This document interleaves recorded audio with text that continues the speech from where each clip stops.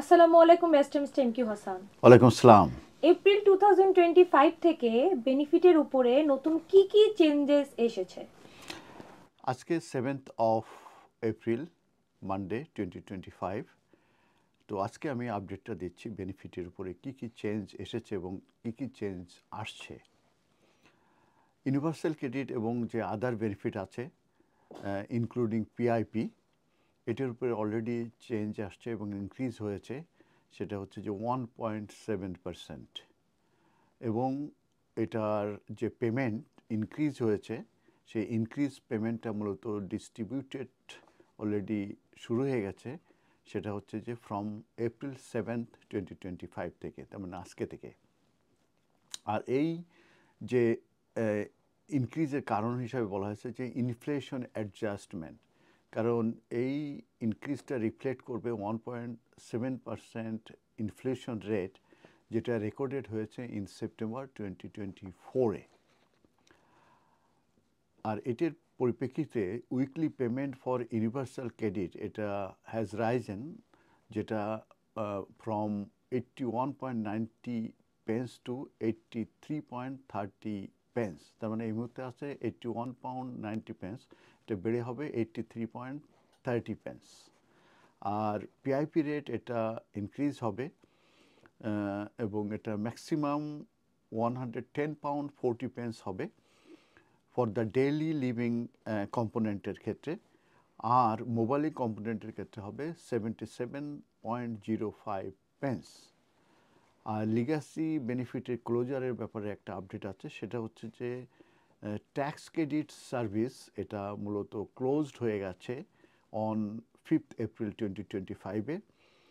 All remaining accounts are closed, তো মানে যত অ্যাকাউন্ট ছিল, যারা রেসিপিয়েন্ট ছিল, তাদের এই ট্যাক্স ক্রেডিট সার্ভিসটা ক্লোজড হয়ে গেছে 5th of April থেকে।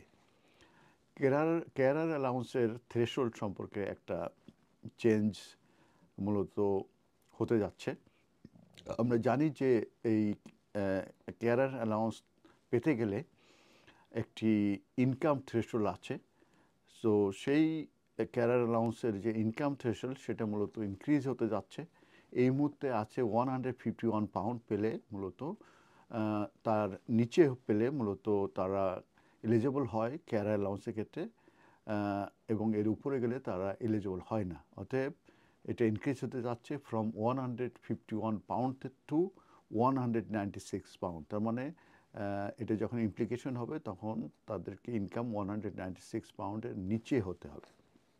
ইউনিভার্সাল ক্রেডিট মাইগ্রেশনের উপরে একটা আপডেট আছে, সেটা হচ্ছে যারা ইনকাম রিলেটেড ইএসএ কিংবা ESA with housing benefit, income based job seeker allowance এবং job seeker allowance with housing benefit, তারা মূলত এই মাইগ্রেশন নোটিশ পাবে, এবং মাইগ্রেশন নোটিশ পাওয়ার তারা 60 ডেজের ভিতরে ইউনিভার্সাল ক্রেডিটে তাদেরকে সুইচ করতে হবে। কারণ ওদের ভবিষ্যতে যেভাবে এই ট্যাক্স ক্রেডিট বন্ধ হয়ে গেছে, ঠিক একইভাবে এই বেনিফিটগুলো মূলত বন্ধ হয়ে যাবে।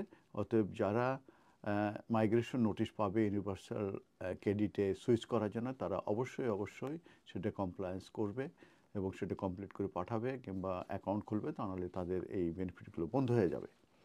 আর ফিউচার চেঞ্জের ব্যাপারে একটি আপডেট দিচ্ছি, সেটা হচ্ছে যে ওয়ার্ক ক্যাপাবিলিটি অ্যাসেসমেন্ট এটা মূলত স্ক্র্যাপ হয়ে যাবে ফর ইউনিভার্সাল ক্রেডিট, এবং এটা হবে বাই 2028-এ। এবং এটার পরিবর্তে ক্লেমেন্টরা মূলত অ্যাসেসড হবে on how their disability affects their daily life. তার মানে তারা পিআইপির অ্যাসেসমেন্টের ভিতরে আওতাভুক্ত হবে। আর গভর্নমেন্ট প্ল্যান করেছে কনসাল্ট করার জন্য on merging employment and support allowance and job seeker allowance, এগুলোকে মূলত ইন্টু সিঙ্গেল টাইম লিমিটেড বেনিফিটের ভিতরে আনার জন্য।